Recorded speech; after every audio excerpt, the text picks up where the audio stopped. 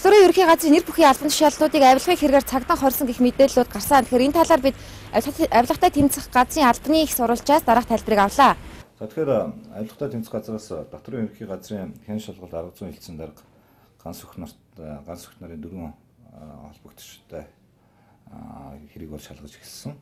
За энэ 5 дахь өдөр эрүүг хэрэг шалгагдаж, эрүүг хэрэг үүсгэн шалгагдаад за 5 дахь эхлэн байвшлах ажиллагаа явагдаж нэгд өдрөөс эхлэн 4 шийдвэртнийг бол цагт ороод байна.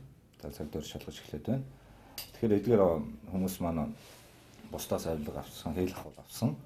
За тэгээ мөнгө угаасан, хууль бусаар хөнгөцсөн байж болцсохгүй гэдэг үндслээр бол шалгагдж байна. Шалгалтын ажиллагаа бол цаашдаа хийгдээд явагдана. Ер нь бол 4 холбогдогчтой.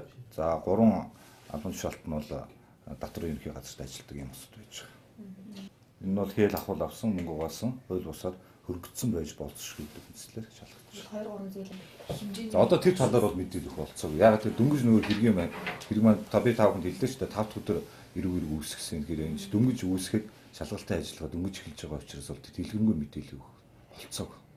Татварын ерөнхий газрын хяналт шалгалтын хэлсэн дараа ганц бүх болон түүнийх үү мөн түншлэн тус газрын төсвийн орлогын хураалтын тасгийн дараагийн их бат мөн тус газрын байцаагч Бямсар нарыг авилгатай тэмцэх газраас бол эрүүгийн хэрэг үүсгэн шалгаж байгаа юм байна гэсэн мэдээллийг өглөө. Тэгэхээр тэднийг улсын төсөв төлрүүлэх ёстой байсан татварыг нуун дарагдуулсан, авилга авсан байж болзошгүй гэх үндслээр шалгаж байгаа юм байна. Тэгэхээр өнгөрсөн хугацаанд Татварын ерөнхий газрын дэд дарга Батбаярыг мөн авилгын хэрэгээр шалгаж байгаад саяхан хэрэгсэхгүй болсон юм аа. Тэгэхээр тэдний тус газрын дараагийн ажилтнууд ийхүү авилгын хэрэгт холбогдчихэ. Энэ талаарх мэдээллийг бид иргэн өргөх болно.